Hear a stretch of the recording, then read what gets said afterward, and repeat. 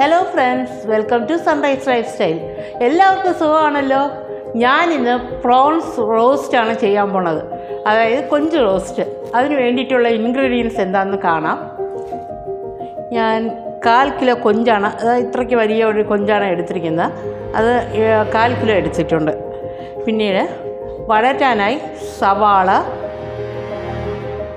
Tomato, പിന്നെ green chilli.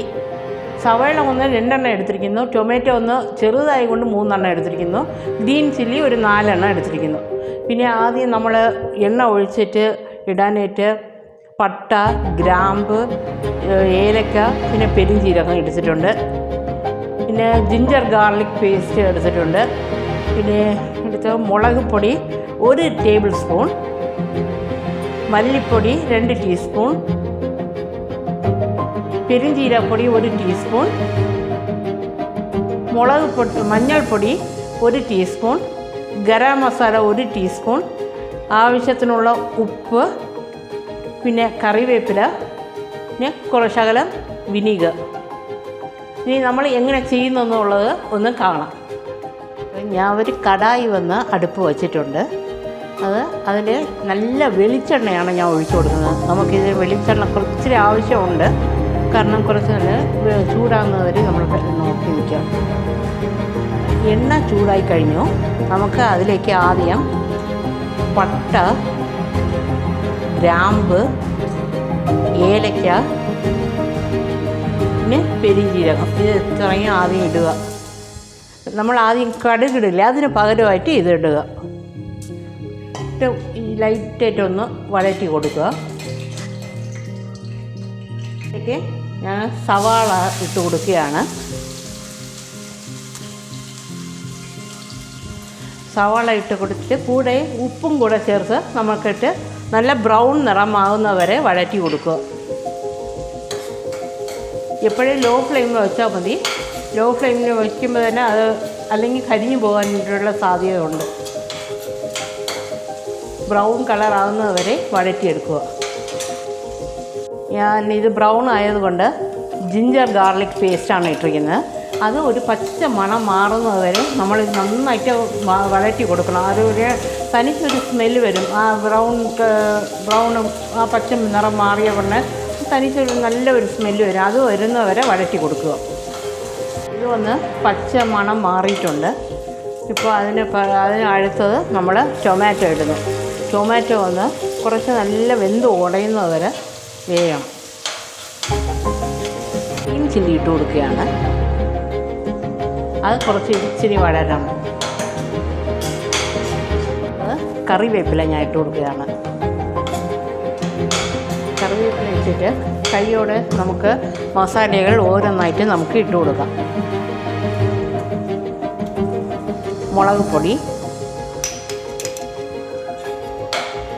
നമ്മുടെ മസാലകൾ ഇടുമ്പോൾ വളരെ ശ്രദ്ധിക്കേണ്ട കാര്യം എന്ന് വെച്ചാൽ എപ്പോഴും നമ്മൾ സിമ്മിൽ വച്ചിരിക്കണം. മസാല കരിഞ്ഞു പോകാൻ സാധ്യതയുണ്ട്. അതുകൊണ്ട് നമ്മൾ എപ്പോഴും കാണും. അടുത്തത് മല്ലിപ്പൊടി,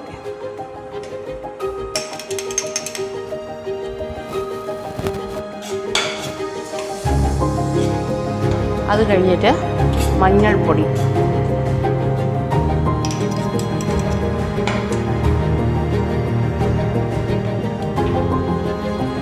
പിന്നീട് നമുക്ക് ഗരം മസാലപ്പൊടി,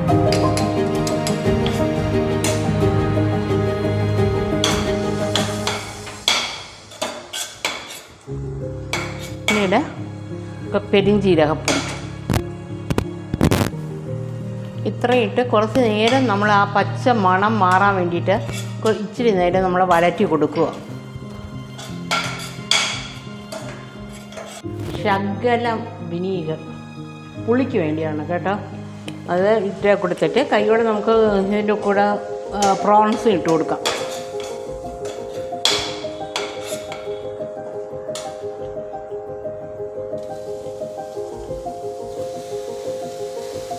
നമുക്ക് പ്രോൺസ് ഇട്ടിട്ട് ഇച്ചിരി നേരം വഴറ്റണം. മസാലയൊക്കെ പ്രോൺസിൽ പിടിക്കണമല്ലോ, അതിന് വേണ്ടിയിട്ട് നമ്മൾ ഇച്ചിരി നേരം വഴറ്റി കൊടുക്കുക.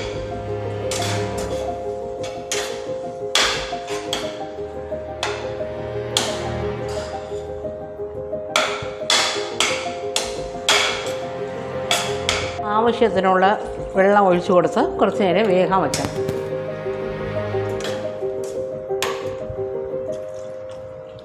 ഇനി മതി, ഇത്രയും മതി. ഇതിപ്പോൾ റെഡി ആയിട്ടുണ്ട്. ഞാനിത് സെർവിങ് ബൗളിലോട്ട് ഒന്ന് മാറ്റാൻ പോവുകയാണ്.